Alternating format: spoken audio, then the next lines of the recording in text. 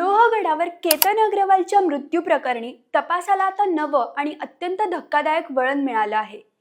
पोलिसांच्या तपासात समोर आलेल्या माहितीनुसार केतनची मंगेतर सिया गोयल आणि तिचा प्रियकर चेतन चौधरी यांनी 4 महिन्यापूर्वीच गुप्तपणे लग्न केल्याचा दावा करण्यात आला आहे. हा दावा पोलिसांच्या हाती लागलेल्या व्हॉट्सअप चॅटमधून समोर आल्याचं सांगितलं जात आहे. नेमकं सिया आणि चेतनचं गुप्त लग्न कधी आणि कसं झालं? केतन सोबत साखरपुडा झाल्यानंतरही सिया शांत का राहिली? पोलिसांच्या हाती कोणते डिजिटल पुरावे लागले आहेत? व्हॉट्सअप चॅटमध्ये नेमकं काय आढळलं? आणि या संपूर्ण प्रकरणात तपास आता कोणत्या दिशेने पुढे जात आहे? आजच्या व्हिडिओमध्ये आपण या संपूर्ण प्रकरणाचं सविस्तर विश्लेषण पाहणार आहोत. नमस्कार, मी तन्वी आणि तुम्ही पाहत आहात सत्ता मंच. बातमी नव्हे तर बातमी मागचं विश्लेषण.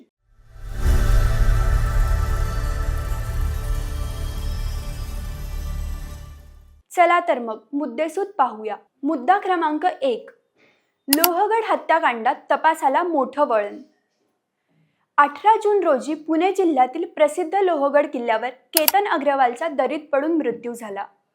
सुरुवातीला अनेकांना ही दुर्घटना वाटली, मात्र पोलिसांनी घटनास्थळ, साक्षीदार, मोबाईल लोकेशन आणि इतर तांत्रिक पुराव्यांचा तपास सुरू केल्यानंतर संशय अधिक गडद होत गेला. तपास जसजसा पुढे सरकत गेला तसतसे अनेक धक्कादायक तपशील समोर येऊ लागले. अखेर पोलिसांनी केतनची मंगेतर सिया गोयल आणि तिचा प्रियकर चेतन चौधरी यांना अटक केली. त्यानंतर या प्रकरणाने संपूर्ण राज्याचे लक्ष वेधून घेतलं. मुद्दा क्रमांक 2, 4 महिन्यांपूर्वीच गुप्त लग्न झाल्याचा दावा. या प्रकरणातील सर्वात मोठा दावा म्हणजे सिया गोयल आणि चेतन चौधरी यांनी 4 महिन्यांपूर्वीच गुप्तपणे लग्न केलं होतं. पोलिसांच्या तपासात मिळालेल्या व्हॉट्सअप चॅटमधून ही माहिती समोर आल्याचं सांगितलं जात आहे. तपास यंत्रणांच्या माहितीनुसार दोघे अनेक वर्षांपासून प्रेमसंबंधात होते, मात्र त्यांच्या नात्याला कुटुंबियांचा विरोध होता. त्यामुळे त्यांनी कुणालाही न सांगता लग्न केल्याचा संशय व्यक्त केला जात आहे. या कथित गुप्त लग्नाची माहिती सियाच्या कुटुंबियांनाही नव्हती, असा पोलिसांचा दावा आहे. या खुलाशामुळे तपासाचं स्वरूप अधिक गंभीर झालं आहे.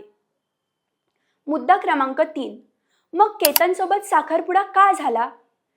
मोठा प्रश्न म्हणजे जर सियाचं आधीच कथित लग्न झालं होतं तर तिने केतनसोबत साखरपुडा का केला? पोलिसांच्या प्राथमिक तपासानुसार घरच्यांच्या दबावामुळे सियाने हे गुपित लपवून ठेवलं. कुटुंबियांनी तिचं लग्न केतन अग्रवाल सोबत ठरवलं आणि दोघांचा साखरपुडाही झाला. या काळात सियाने तिच्या कथित लग्नाची माहिती कुणालाही दिली नाही. पुढे परिस्थिती हाताबाहेर जाऊ लागल्यानंतर केतन हा आपल्या आयुष्यातील अडथळा ठरत असल्याची भावना निर्माण झाली असावी, असा संशय तपास यंत्रणा व्यक्त करत आहेत. मात्र या सर्व बाबींची न्यायालयीन चौकशीत पडताळणी होणं बाकी आहे. मुद्दा क्रमांक 4, व्हॉट्सअप चॅटमध्ये नेमकं काय सापडलं? या प्रकरणातील सर्वात महत्त्वाचा पुरावा म्हणून व्हॉट्सअप चॅट समोर येत आहे. पोलिसांच्या म्हणण्यानुसार गेल्या 6 ते 8 महिन्यातील चॅटमध्ये सिया आणि चेतन यांच्यात केतनबाबत अनेक वेळा चर्चा झालेली आढळली.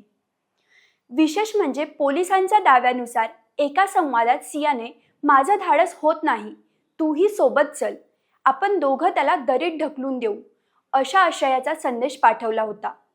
जर हा दावा न्यायालयात सिद्ध झाला तर हा तपासातील अत्यंत महत्त्वाचा पुरावा ठरू शकतो.